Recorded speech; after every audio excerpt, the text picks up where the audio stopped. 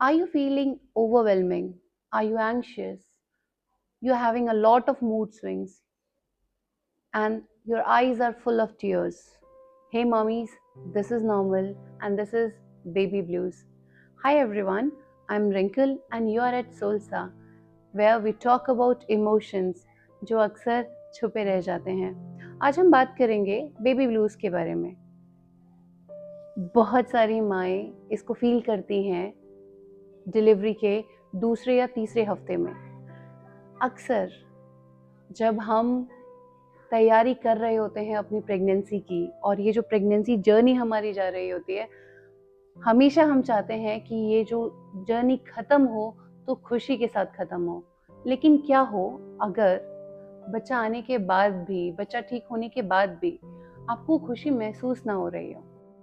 मुझे याद है जब मैं पहली बार माँ बनी थी, जब मेरी बेटी मेरे जस्ट पास में लेटी हुई थी और मेरी आंखें भरी हुई थी और मैं बहुत सैड फील कर रही थी. एंड साथ के साथ उस सैडनेस और ज़्यादा बढ़ती जा रही थी because I was feeling guilty कि मेरा बच्चा मेरे पास है, फिर भी मैं परेशान हूँ, फिर भी मैं रो रही हूँ और मैं वो इमोशन किसी को नहीं बता पाई.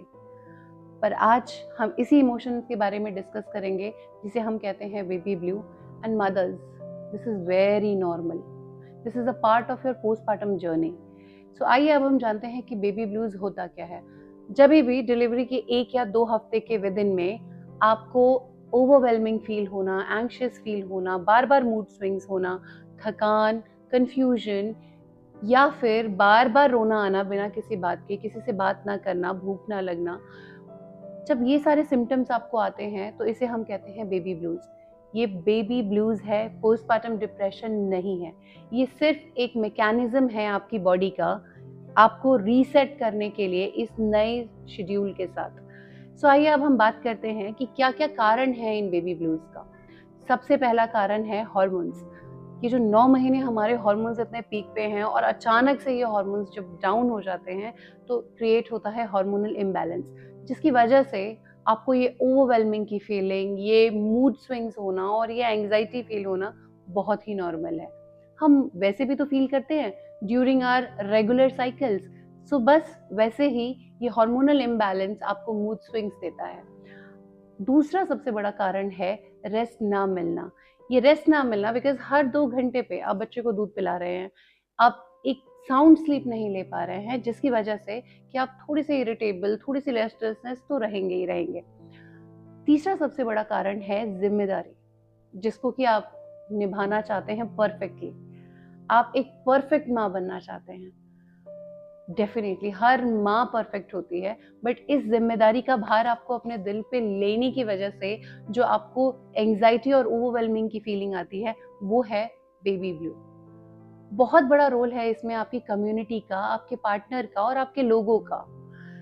तो अब हम बात करेंगे कि इसको मैनेज कैसे करें. सबसे पहली बात, जैसा हमने पहले भी बात की, कि ये पोस्टमार्टम डिप्रेशन नहीं है.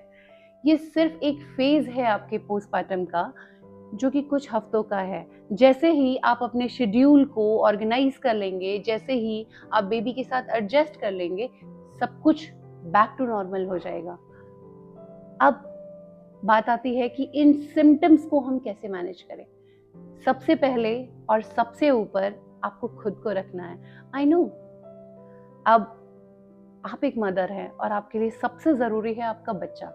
बच्चा ज़रूरी है, लेकिन आपने जब आप एएनसी में डॉक्टर चेकअप के पास गए होंगे तो डॉक्टर ने आपको कहा होगा कि only a healthy mother can deliver a healthy baby. वैसे ही सिर्फ एक हेल्दी माँ जो है एक हेल्दी बच्चे का पालन पोषण कर सकती है. तो आपको सेल्फ केयर को प्रायोरिटी देनी होगी.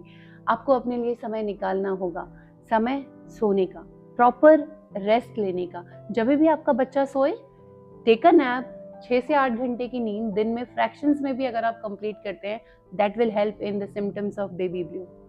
दूसरा, एक बैलेंस मील, एक प्लेट जिसमें सब कुछ हो. कोई भी चीज़ आपको छोड़नी नहीं है. आपको खाना है good carbohydrate, protein, fibres, vitamin, mineral, और सबसे ज़्यादा इंपॉर्टेंट है keep your self hydrated because this will not only help in the symptoms of baby blue, बल्कि ये आपके ब्रेस्ट फीडिंग को भी एनहांस करेगा. तीसरा जो कि सबसे ज़्यादा ज़रूरी है, ask for help. I remember किसी ने मुझे ये बात कही, लेकिन बहुत सालों के बाद कही। अफ्रीका में लोग कहते हैं कि एक बच्चे को पालने के लिए पूरा गांव लगता है। आप उस गांव को इन्वॉल्व करिए। Ask help, seek help from the family members, the grand parents, the uncle and aunties, the partner of yours, and everybody who can able to care for your baby. They are also going to transfer their love and care and affection equally, just like you. Majorly तो obviously आप ही बच्चे का ख्याल रख रहे हैं, लेकिन फिर भी छोटी छोटी चीज़ों में आप इनको इन्वॉल्व करिए, जैसे दूध पिलाने के बाद बर्प करवाना, जैसे नैपी चेंज करना। अगर बच्चा क्रैंकी फील कर रहा है, take a nap, give the baby to other people and let them enjoy their time with the baby. Yes, mommies, with these measures, you are going to sail through this difficult time. Remember, this anxiety, this overwhelming, these tears, this mood swings, you are not broken, you are human.